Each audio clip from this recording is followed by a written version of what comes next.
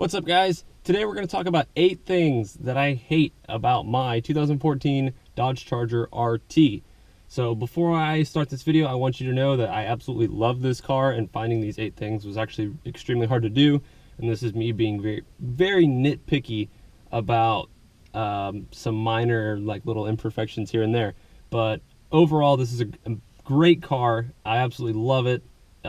If I didn't love it, I wouldn't be driving it.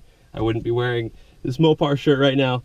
And if you haven't already, go watch my 10 things that I love about this car, because there's definitely way more good things about this car than there is bad. But I wanted to share some of the bad things with you because no car is perfect. So here we go. Alright, so number 1 on my list is going to be very specific to my car, and that is the fact that my car is black. Black paint is extremely difficult to take care of and shows absolutely every little speck of dirt and dust and pollen and whatever. It's bad. It's really bad. So it's to the point where I will probably never own a black car ever again, just because how much of a neat freak I am and how picky I am about how clean I keep my car. I wash this thing about 2 to 3 times a week, and still there's always, dirt showing up or swirls in the paint from car washes and everything, and it all shows on black. So my next car will definitely not be black.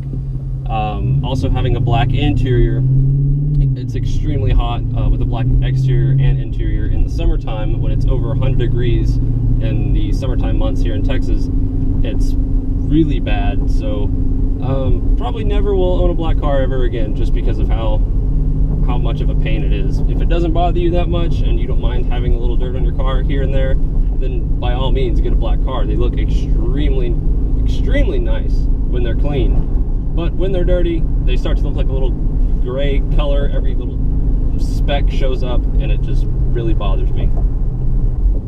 Number 2 on my list is the fact that I have cloth seats. They are very comfortable, especially when it comes to long road trips and stuff, but they don't exactly look the best. They don't have much support in the sides or in the hips. They're okay, but if you can afford it, definitely go with the leather seats. They're extremely nice in these cars. Cloth seats, they're okay, but not my favorite. So number 3 isn't very specific to my car, but it is specific to the Dodge brand as a whole. And that is the classic stereotype that I get of, oh, you have a Dodge, it must be heavy and slow. Well, no.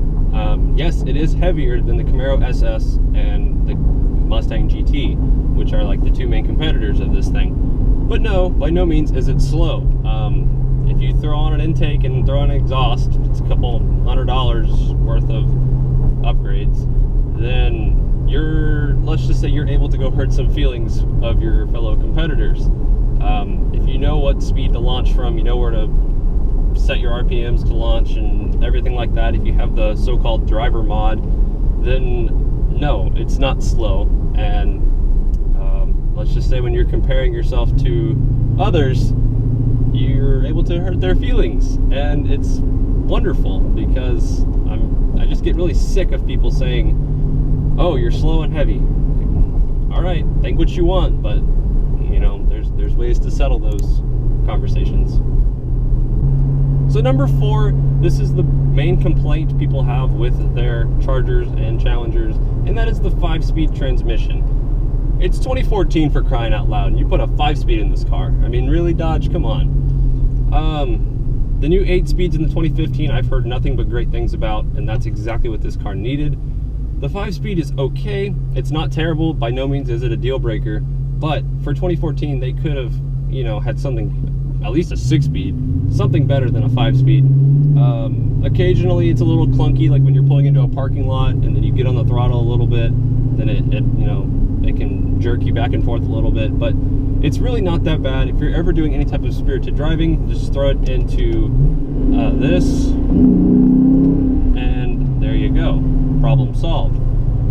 But,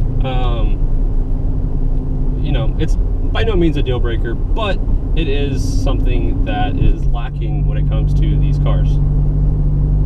Number 5, this is obvious when you buy the car and you know going into it expect, but it's the fact that this car gets such terrible city miles per gallon. I live in a highly populated area where it's a lot of stop and go traffic, a lot of stop signs, stop lights, things like that, and I average about 15, depending on how I'm driving in the city.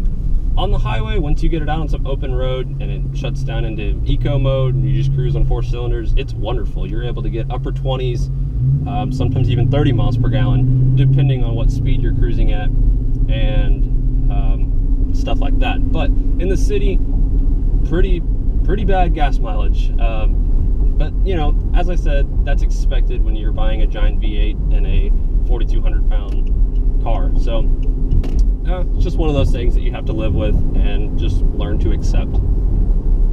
So number 6 is the fact that the steering wheel and this shifter do not look the best. They both look like they came out of a car from like 2007 or 8. Both of them were improved for 2015, but in 14, I mean, this doesn't look very nice. It is nicely leather wrapped, both of them are, but I mean, to me this looks cheap. This also looks pretty cheap. This stuff is like a plastic material that, I mean, they could have made it look better in my opinion. The Dodge logo in the middle looks okay, but I mean, to me it looks, I don't know, just kind of cheap, honestly. Paddle shifters are nice. They're, I believe, aluminum. They're a metal material. The steering wheel also doesn't have any type of grip up here at 9 and 2 for any type of, you know, performance driving and give you something to grab onto for that. But it's okay. I guess it's one of the things that Dodge had to cut costs somewhere to make these cars so inexpensive and highly affordable for a lot of people for what you get. I mean, this car is a great bang for your buck, but obviously they had to cut costs somewhere, and so I guess the steering wheel and the shifter were two things that they figured they didn't have to make look super eye-pleasing, but they're okay. They're not the best, but not the worst. Number 7 is two things that I had to change because they were so bad. Number 1, the tires that come on this car are the worst tires you will ever own in your life. They were the Firestone Firehawk GT performance tires, and they were so bad. They lasted me about 10,000 miles and they were almost bald, and that wasn't even doing anything like terribly stupid with them.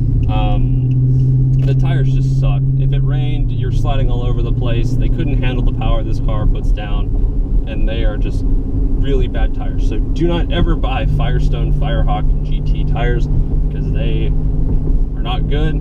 The other thing was that the stock windshield wipers on this car were really bad.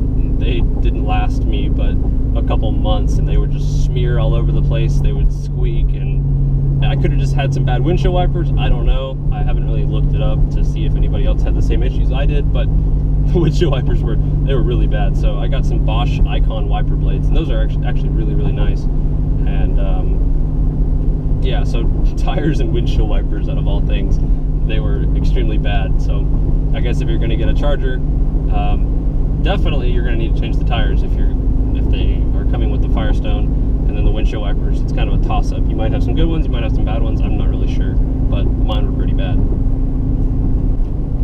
Lastly, but not least, this one's kind of funny, and I just thought I'd throw it in there just to make fun of Dodge for this, but why is there an SD card slot right here?